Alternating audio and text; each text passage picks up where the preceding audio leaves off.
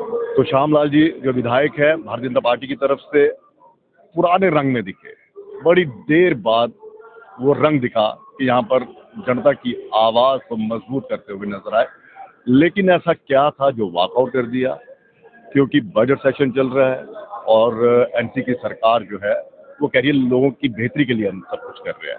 Sir, ये walkout जो आपने किया डेली वेजेस को लेकर किया, तो डेली वेजेस का वो कह रहे हैं हम करेंगे, 5 साल की अभी सरकार है। देखिए, आप बड़े सुलझे हुए पत्रकार हैं। मुझे ये बताइए कि ये जो डॉक्यूमेंट उन्होंने लाया, ये रोड मैप होता है सरकार का, और ये पहला बजट था उनका, उसमें कहीं मेंशन है उनका? और जब आपने उनकी कथनी और करनी में फर्क है, उनकी कमिटमेंट है कि 180 दिन में एम्प्लॉयमेंट के जितने भी इशू हैं उसके लिए एक पॉलिसी फ्रेम होगी और इसको एड्रेस किया जाएगा। और नॉन सीरियसनेस अगर सरकार की देखी जाए, और लीडर ऑफ द हाउस और जम्मू कश्मीर के चीफ मिनिस्टर साहब ये कह रहे हैं कि हमारे पास आंकड़ा नहीं है। भाई, उनके पास नहीं है तो मैं देता हूं। वो तब हमारे चीफ मिनिस्टर थे, मैं मंत्री था, और हमारे ऑनरेबल स्पीकर जो थे, वो जो कमेटी सब कमेटी बनी थी इनको रेगुलाइज करने के लिए। बिल्कुल बिल्कुल, वो सरकार मतलब कि सरकार का टेन्योर पूरे होने से पहले ही तो सब कुछ हो गया था, फाइल वो सारा कुछ हो गया था। उस समय आंकड़े कहाँ चले गए? आंकड़े ये कहते हैं कि हमारे आंकड़े जो हैं वो कहीं चले गए, फ्लड में बह गए। जब करने की इच्छा नहीं हो तो मुझे लगता है कि वो इच्छा शक्ति जगानी पड़ेगी इनको। आंकड़े भी हैं, ऑनलाइन भी हुए हैं, लेकिन करना नहीं है। देखिए श्यामलाल जी, इन्होंने तो पहले ही कह दिया था, आपको याद है कि बजट शुरू होने से पहले भी उन्होंने बेबसी दिखा दी थी मेरे ख्याल में कि सारे वादे पूरे नहीं हो सकते, और मैंडेट मुझे 5 साल का मिला है। तो आपको लगता है कि ये वादा भी उसमें एक था कि हाँ 5 साल तक चलना है? तो पहली इसमें कैबिनेट, पहली इसमें बजट में ये बहाने नहीं चलते। अब वो सरकार में है तो सरकार को अपना काम और अपनी जो उनकी जिम्मेवारी है वो शिरक या ट्रांसफर नहीं करनी चाहिए।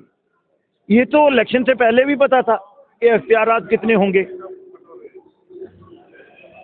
और जो हमारा एक्ट है उसमें कितने अख्तियार होंगे। तो फिर आप लोगों ने कमिटमेंट क्यों की? हम तो ये बात पूछ रहे हैं कि, और कल अगर वो प्रोटेस्ट कर रहे थे तो लीडर जहाँ गवर्नमेंट का फर्ज नहीं बनता कि उनको अंगेज रखे, उनके साथ बात करे? लाठियों से काम थोड़ा चलेगा। पर लाठी तो उन्होंने डीसी वगैरह सब एलजी के अंडर आ गए। अब ये कह रहे हैं कि जो ये क्या कहते हैं IAS ऑफिसर्स हैं, जो बड़े बड़े ऑफिसर्स हैं, वो तो हमारे इख्तियार में ही नहीं है। आप देख लें अख्तियार में है या नहीं। पुलिस हमारे हक में, वो उसमें नहीं, अख्तियार में नहीं है। तो इनडायरेक्टली वे में तो आप पर जा रहा है कि एलजी का प्रशासन है, उसी की तरफ से आया होगा लाठीचार्ज। नहीं, हम उनको अपनी रिस्पॉन्सिबिलिटी जो है उससे मुंह नहीं फेरने देंगे। हम कंस्ट्रक्टिव अपोजिशन करेंगे, और हमें पता है कि उनके दायरे इख्तियार में। चलो ठीक है, पुलिस उनके पास नहीं है, पुलिस का बजट भी जो उनके पास, बाकी तो सारे डिपार्टमेंट उन्हीं के पास है। PHE, irrigation, flood control, RNB, PDD, सारा उन्हीं के पास है ना। तो उसमें प्रोविजन रखें, उनको प्रोटेस्ट करने की जरूरत ही नहीं पड़े, और लॉ इन्फोर्समेंट एजेंसी को भी लाठीचार्ज नहीं करना पड़े। प्रोटेस्ट तो बेचारे पिछले 10 साल से हम देख रहे हैं वो कर रहे हैं, हालांकि बहुत टाइम से कर रहे हैं, लेकिन ज़्यादा वो कर रहे हैं। फिर सवाल आ जाता है कि इस टेन्योर में 6 साल में एलजी साहब का था, तो तब क्यों नहीं पक्के हुए?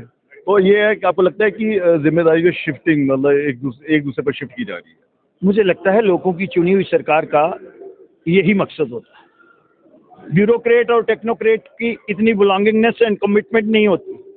लोगों की चुनी हुई सरकार लोगों के साथ वादे करके आती है, और फिर वादा खिलाफी से जम्मू कश्मीर में ट्रस्ट डेफिसिट क्यों हुआ, कश्मीर क्यों जो है वो डिस्टर्ब हुआ, ये लोग इशू बेस्ड पॉलिटिक्स करते हैं। अब वो जमाना नहीं रहा। मीडिया भी बड़ा सचेत है, लोग भी बड़े सचेत है, वोटर भी बड़ा सचेत है। हम इतनी ही कमिटमेंट करें जितनी हम, जो हमारी डोमेन है, और फिर उसको पूरी करें। सर, आप खुद मंत्री रहे हैं, सरकार भी आपने देखी है, ये वाली सरकार भी आप उनकी देख रहे हो। अगर बजट में इसका जिक्र ना किया हो पहले इसमें, तो ऐसा कोई रूल है कि इस पर चर्चा होगी, कोई बिल लाया जाएगा तो हाँ जी लगा दिया, ठप्पा हो गया पक्के? देखिए, लेजिस्लेचर का, विधायिका का मतलब ही यही है कि लेजिस्लेशन देना। कोई भी बात जो है एज ए फाइनेंस मिनिस्टर या एज ए चीफ मिनिस्टर वो यहाँ कमिट कर दें, आज ही बोल दें अपने संबोधन में कि हम उनको रेगुलाइज करते हैं। कोई मुश्किल काम ही नहीं है, बट करना ही नहीं है। Politics for the sake of politics करनी है और सारी बातें जो है वो ट्रांसफर एलजी पे करनी है। तो भाई आप लोग सारे प्रोटोकॉल एंजॉय कर रहे हो और अपनी जिम्मेवारी से जो है वो बचने की कोशिश कर रहे हैं। एलजी साहब भी तो कह रहे हैं कि जम्मू कश्मीर में इतने ज़्यादा गवर्नमेंट एम्प्लॉय हो गए हैं कि यूपी बिहार से ज़्यादा है। यूपी बिहार की जनसंख्या यहाँ से ज़्यादा है, लेकिन उतने गवर्नमेंट एम्प्लॉय उनके नहीं है जितने यहाँ पर, इसलिए मैं कर नहीं सकता इनको। मैं एडमिट करता हूँ ज़्यादा है, बट ये यूपी बिहार नहीं है, ये जम्मू कश्मीर स्टेट है। हिली टेरेन है, क्लाइमेट कंडीशन है, स्कैटर्ड है, ये कच्ची आबादी वाले नहीं है। यहाँ एक स्कीम अगर आदमी ने आपको एक घर में भी कोई भी पानी देना है, नल से जल देना है, तो हो सकता है उस पर 20 लाख रुपया खर्च आए और उसके लिए चलाने के लिए 2 आदमी रखने पड़े। तो कहीं ना कहीं हिली टेरेन स्टेट के लिए गाइडलाइन अलग होती है। तभी हमने उस समय मैंने जस्टिफाइड किया था कि मिनिमम 20 लोग 10 लोग एक स्कीम पे चाहिए। इस समय 8,000 स्कीम है, 80,000 लोग चाहिए, तो ये तो लोग ही सारे 38,000 हैं। अब कम हो गए होंगे। गलती ये रही है कि उस समय के मंत्री, टेक्नोक्रेट और जो इंजीनियर थे, उन्होंने मैन पावर का कंपोनेंट नहीं रखा हुआ था। ठीक है ना, कितना ठीक है, काट ले ली। तो एलजी साहब ने भी अपना पल्ला झाड़ लिया। तो ये भाषण देखिए, ये बयान देखिए। एलजी साहब आज हैं, कल कहीं दूसरी स्टेट में होंगे, तो हम तो यहाँ के इनके किथ एंड किन हैं। आपको लगता है कि आपकी सरकार होती तो पहले ही इसमें सेशन में कर देते, आप थप्पा लगा देते? मुझे लगता हम करते, पर जनता नहीं देती। बिल्कुल करते।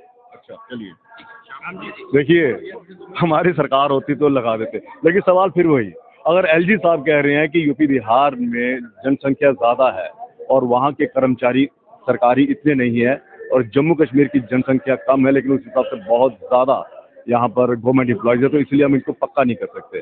अब गेम जो है वो नंबर ऑफ एम्प्लॉयज़ में फंस गई है। और दूसरा ये कि उमर साहब ने भी कहा था कि लोग ज़्यादा उम्मीदें ना करें, तो क्या ये फिक्सिंग चल रही है? 10 साल भारतीय जनता पार्टी का शासन रहा, अगर देखें इनडायरेक्ट वे में भी और डायरेक्ट वे में भी। 3 साल पीडीपी और बीजेपी की सरकार रही, 2014 से लेकर 2018 से लेकर आप लगा लीजिए 2024 तक यहाँ पर एलजी या राज्यपाल का शासन रहा। तो करना किसने था? कुल मिलाकर इस पर खेला हो रहा है और जज्बातों के साथ खिलवाड़। अब देखना यह है कि बीजेपी कितना प्रेशर बनाती है एनसी पर कि इसी बजट में कुछ लोगों को परमानेंट कर दिया जाए। फिलहाल इजाजत दीजिए, नमस्कार।